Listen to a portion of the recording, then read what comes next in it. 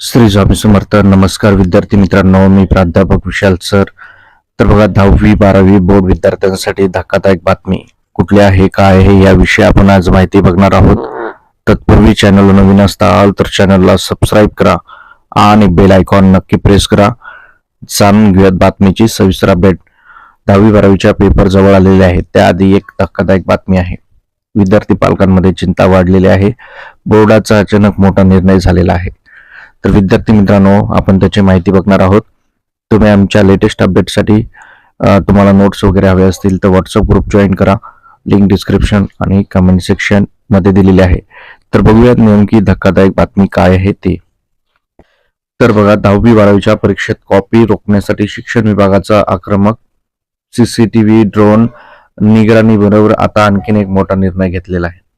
तर बघा, या वर्षीच्या परीक्षा कॉपी मुक्त करण्यासाठी ड्रोन कॅमेरे आहेत, सीसीटीव्ही आहे, परंतु आता आणखीन एक मोठा निर्णय घेतलेला आहे. त्यामुळे 10वी-12वीच्या परीक्षामध्ये विद्यार्थ्यांना धक्का देणारी ही बातमी आहे. व्हिडिओच्या पुढे जाण्याआधी बघता बघता 1 सेकंड लागतो, लाईक करत चला. भरपूर प्रेक्षकांनी विद्यार्थ्यांनी लाईक केलेले, धन्यवाद. तर बघा, काय निर्णय आहे आणि त्याचं काम काय आहे त्याची माहिती आपण बघणार आहोत.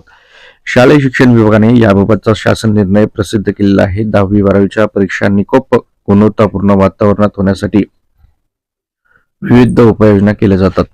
त्यानुसार प्रत्येक जिल्हा स्तरावर जिल्हाधिकाऱ्यांच्या अध्यक्षतेखाली दक्षता समिती स्थापन करण्यात आलेली आहे. बघा, आता परीक्षा अवघड होणार आहेत, एकदम अवघड होणार आहेत.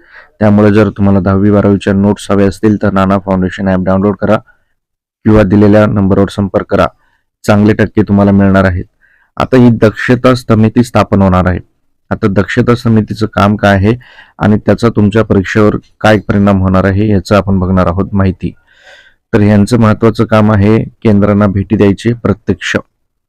त्यानंतर आता आणखीन काय काय होऊ शकतं, काय काय अंमलबजावणी आहेत, एक एक आपण बघणार आहोत. त्याच वर्षी आता परीक्षा ज्या आहेत, दक्षता समितीमध्ये कोण कोण आहेत बघा. पहिले तुम्हाला सांगतो. राज्य मंडळाचे अध्यक्ष, सर्व परीक्षेचे विशेष पोलीस महानिरीक्षक, अतिरिक्त आयुक्त, विभागीय आयुक्त, सदस्य कार्यालय, प्राथमिक शिक्षण संचालक, माध्यमिक शिक्षण संचालक, योजना संचालक, राज्य मंडळ सचिव असे यांचा समावेश आहे. परीक्षा कॉपी मुक्त होण्यासाठी, तणाव मुक्त होण्यासाठी, गैरमुक्त होण्यासाठी अशा प्रकारे दक्षता समितीची स्थापना करण्यात आलेली आहे.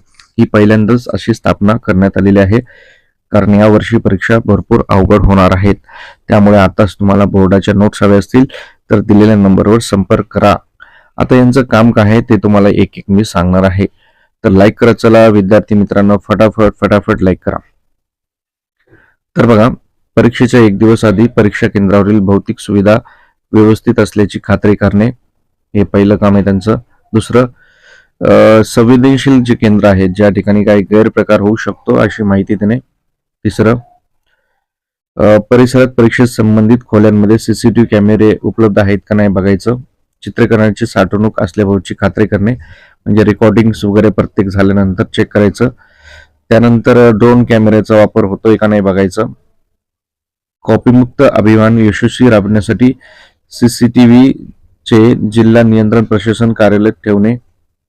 त्यानंतर मोठ्या परीक्षा केंद्रासाठी प्रश्नपत्रिका नेणे, उत्तरपत्रिका गोळा करणे हे त्यांचे काम आहेत. आणि त्यांच्यासाठी वाहने उपलब्ध करून देणे. बघा, ही सगळे काम आहेत त्यांचे. कुणाचे? जी जिल्हास्तरीय समिती स्थापन होणार आहे. यावर्षी बैठे पथक, भरारी पथक पण असणार आहे. प्रश्नपत्रिकांच्या वाहतुकीसाठी सहाय्यक परीक्षकाबरोबर सुरक्षेसाठी पोलीस कर्मचारी अथवा गृहरक्षक शिपाई नेमणे. सर्व परीक्षा केंद्रावर भरारी पथक, बैठे पथक, पोलीस बंदोबस्त नियुक्त करणे.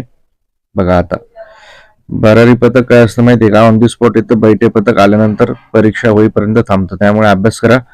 भरारी पथकात एक महिला असणं गरजेचं आहे. कोणत्याही परीक्षा केंद्रावर गैरप्रकार घडल्यास गैरप्रकारांना उद्युक्त करणारे, मद्दा करणारे आणि त्यांच्यावर गुन्हा दाखल करणे, ते पण अजामीन पत्र. बघा, म्हणजे त्याच्यावर जामीन नाहीये.